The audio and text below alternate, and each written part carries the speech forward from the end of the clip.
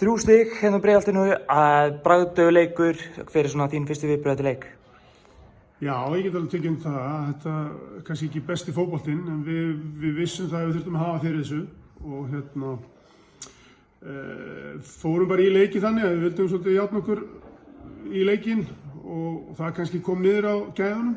Við reynum svolítið í fyrri hálfleik, reynum að fara í okkar spil en svona náum aldrei kannski taktinum í svona þeim fæslum sem við viljum fara í. En mér fannst þetta bara að vera baráttusigur og það er það sem við þurftum. Viktor skorar flott markinn í fyrri hálfleik.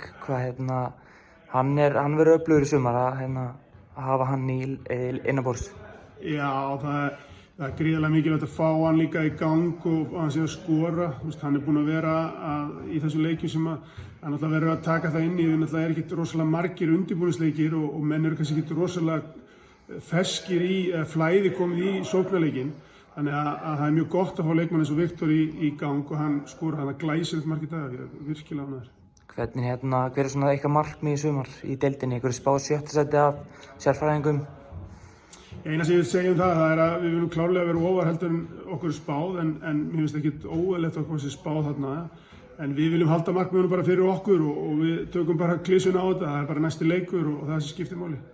Glugginn fer að loka núna mánaðamót. Býstu það að styrkja eiginlega eitthvað fyrir lok gluggans? Ég hef ekki trú á því að það verði neitt sem bætist við en maður veit þú aldrei.